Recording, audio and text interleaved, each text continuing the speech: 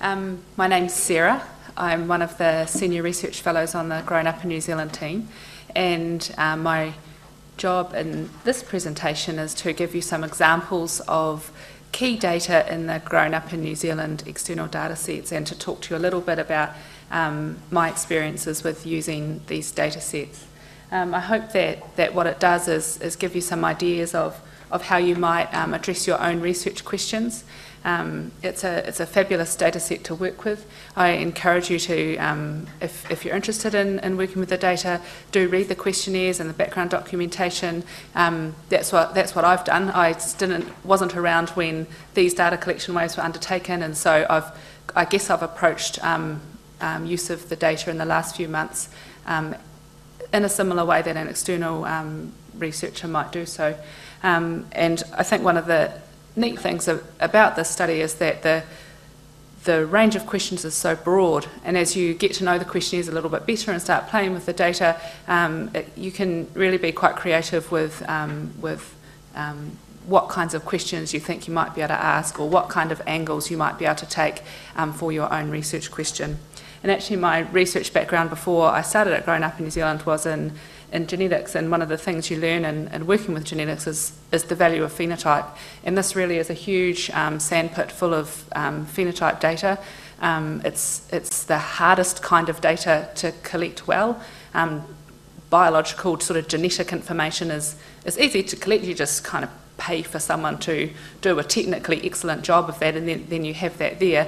Collecting detailed and accurate information about people's environment and their health and well-being, and how their education going is really tricky to do well, and this data set I think is a great example of a good one.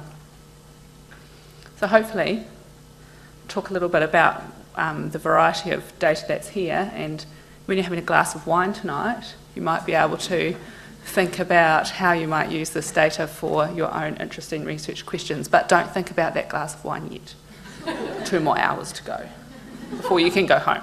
No.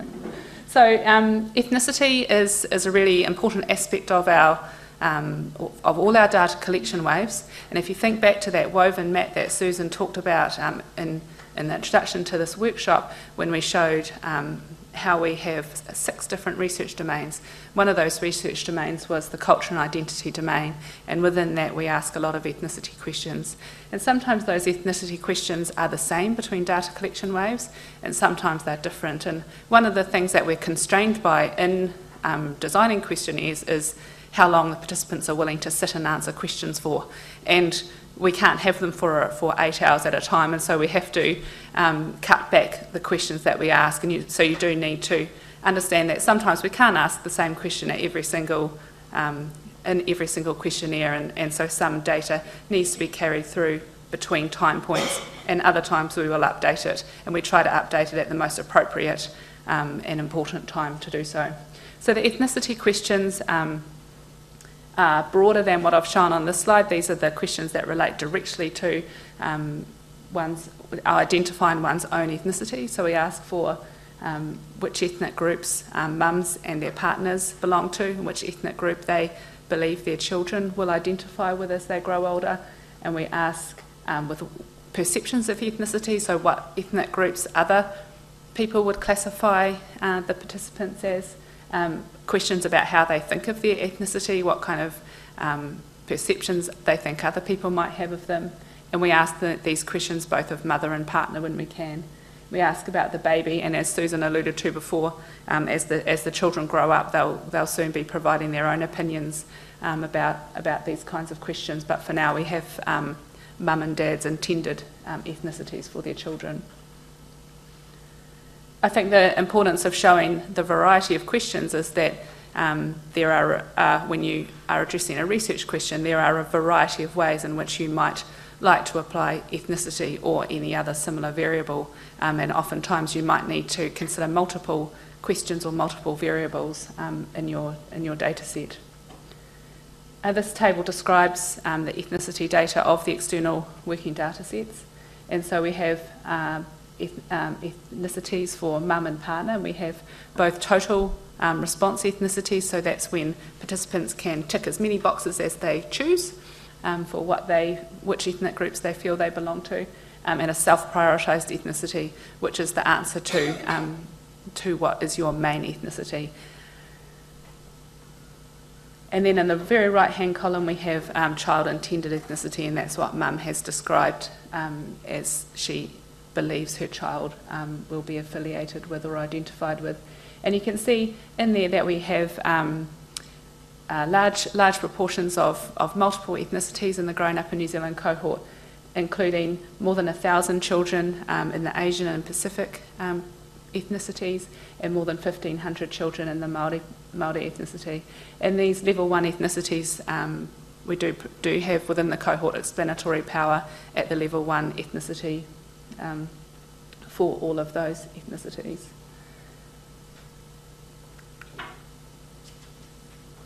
Another really important aspect of the data we collect at each time point is about the environment that the children are growing up in. And one aspect of that is household income and hardship.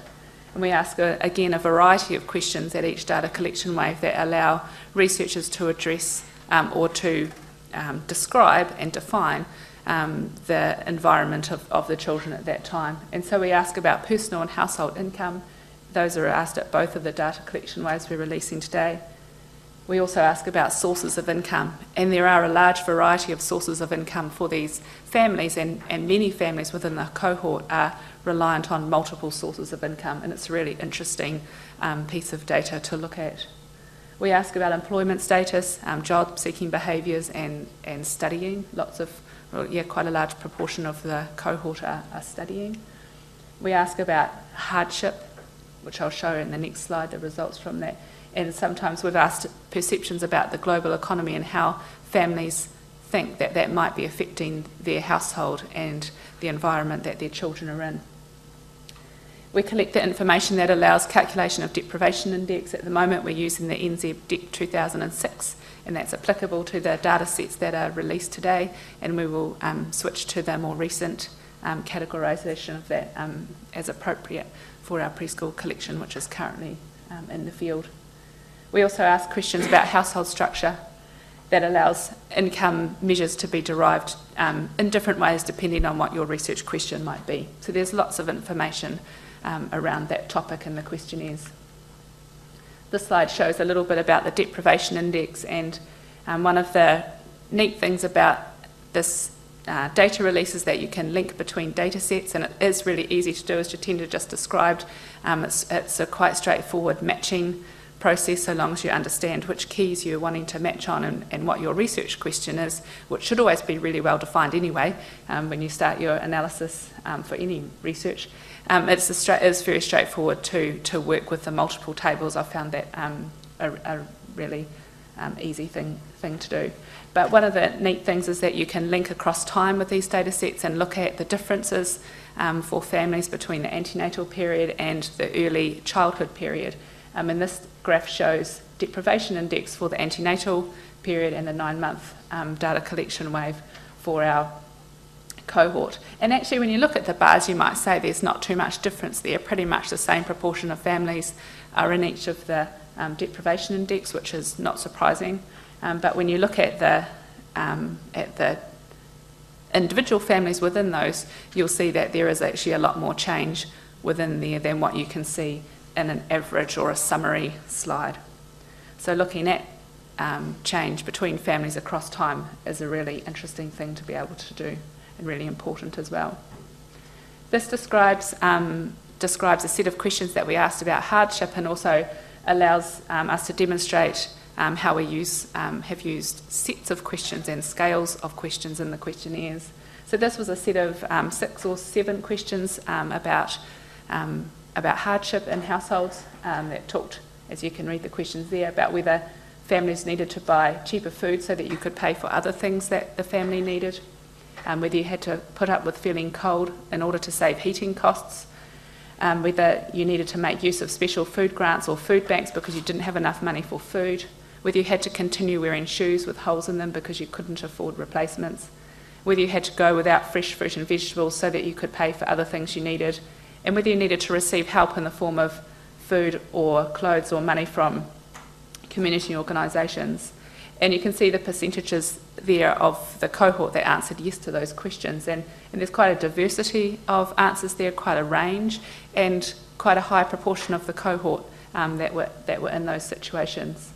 And so you'll see often in the questionnaires that there will sometimes be individual questions that can be used on their own, and other times there'll be scales of questions that need to be considered in the context of other similar questions within the scale. And in the data dictionary that Jatinder's just described, we provide the references so that when we have used a previously established scale, you're able to go back and look at that publication that established that and see how we've used it and whether you would use it in the same way. Sometimes there are set ways of how to use those kinds of questions, and other times you have the flexibility to pick and choose what you want to do. Sometimes we've given you the derived variables that result from a scale, and other times we've given the raw data from the scale, depending on the requirements for making the data set fully anonymous. We're finding that mobility is a really interesting topic to think about and talk about within our cohort.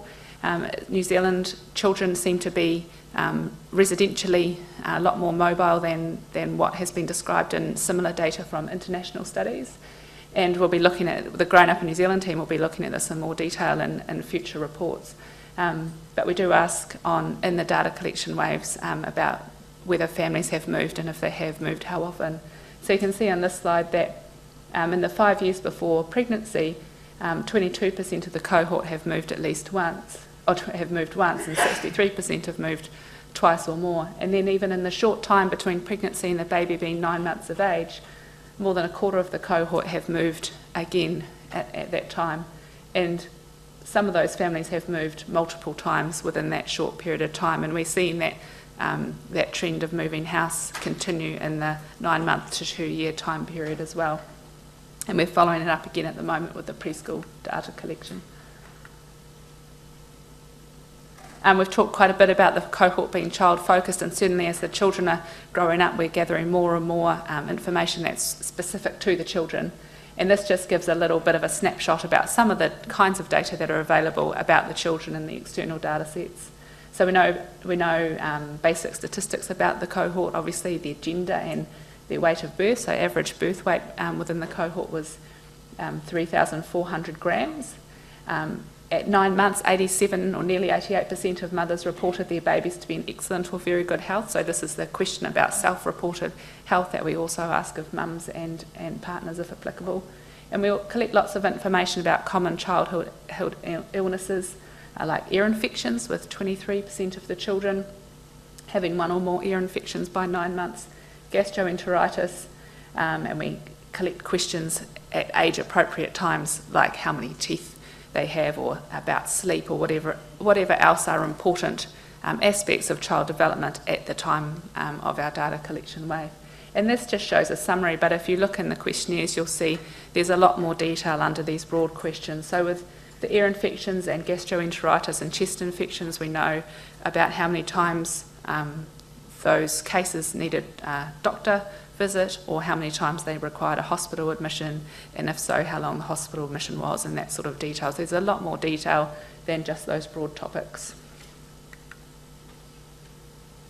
And we ask about child development and standard milestones as well, and this is a scale that talks mostly about physical development of the babies, about how they are learning to sit and roll and hold their heads, crawl and walk, and you can see the variation in percentage of mothers that answered often for those things. So at 9 months, very few, 2% of children can walk across the room without help, but the majority of them can, or the vast majority can lift their head and hold it steady, or roll over from stomach to front to back. And there's a variety of other questions along those lines in the questionnaires. Early childhood education, clearly a really important topic for New Zealand preschool children, and at 9 months, 35% of the children in the cohort were in a regular form of childcare. And there's lots of questions about what that childcare was. The graph below shows the types of of childcare that were being used at 9 months. So around about a third, a bit more than a third of the children were in a daycare or private childcare centre, and another third were being looked after by a grandparent. And it's really interesting to see how that's changing as the cohort grows older, between 9 months and 2.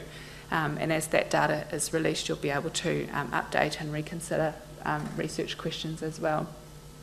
We also ask about satisfaction with childcare, the number of hours, and costs and other kinds of parameters that would be associated with understanding the impact or the importance of early childhood education. This slide was just to demonstrate a point that we've touched on a few times about how things can change for individual families over time. So this describes about just picking on an example where we can talk about the number of sole mothers at pregnancy and at 9 months. And often what we see is that the number of, in this case, sole mothers at the antenatal period or the 9-month period might not be that different. But if you look at how that's changed between the two time points, it's not necessarily the same mothers or children or partners that are in those categories at each time. And so here we see that of 212 mothers at antenatal who were considered to be sole mothers, only 165 of those are still at 9 months, 47 of them are not anymore, but an additional 274 now are. So there's a lot of change happening between time points for these families, and being able to link the data sets together allows you to look at that in a lot more detail, and a detail that's not possible with single time point routinely collected data sets.